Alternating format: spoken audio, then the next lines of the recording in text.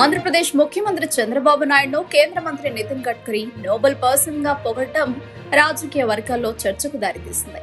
రాజకీయాల్లో పరస్పర ప్రశంసలు సహజమే, కానీ అవి అతిశయంగా అనిపించినప్పుడు సందేహాలు తలెత్తడం కూడా అంతే సహజం.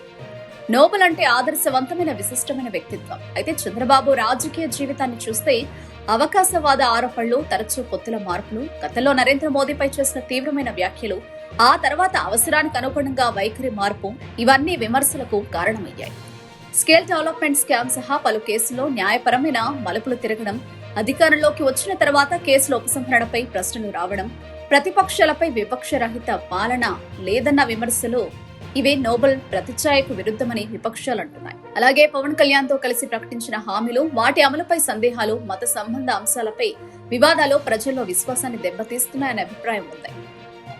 చివరికి ఒక నాయకుడిని నోబెల్ గా నిర్ధారించేది మాటలు కాదు, పారదర్శక పాలన, బాధ్యతాయుత చర్యలు, విమర్శలకు సమాధానాలే.